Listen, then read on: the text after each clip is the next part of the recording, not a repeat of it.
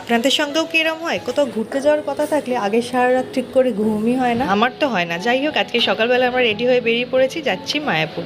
আমরা টোটাল যাচ্ছি 6 জন, কিন্তু আপাতত আমরা আছি 3 জন। দুজনের সঙ্গে দেখা হবে স্টেশনে গিয়ে, আর গুডির বাবা আসবে দুপুর করে, মানে অন্য ট্রেনে। তো যাই হোক, এখন আমি, গুডি, আমার শাশুড়ি মা আর মাসি শাশুড়ি 3 জনে মিলে, 4 জনে মিলে যাচ্ছি স্টেশনে গিয়ে বাকি দুজনের সঙ্গে দেখা হবে।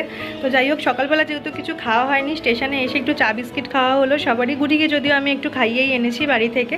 তারপর এই যে আমার পাশে যিনি বসে আছেন উনি একজন, আর তার হাজব্যান্ড যাচ্ছে, ওনার হাজব্যান্ড একটু দূরে আছে, আমাদের সঙ্গে বসেনি। তো এই যে বাকি সবাই আমরা ট্রেনে যারা একসঙ্গে বসে আছি। গুডি আবার ট্রেনে নতুন খেলার সঙ্গী পেয়েছে, এর সঙ্গে হাসতে খেলতে চলে এসছে।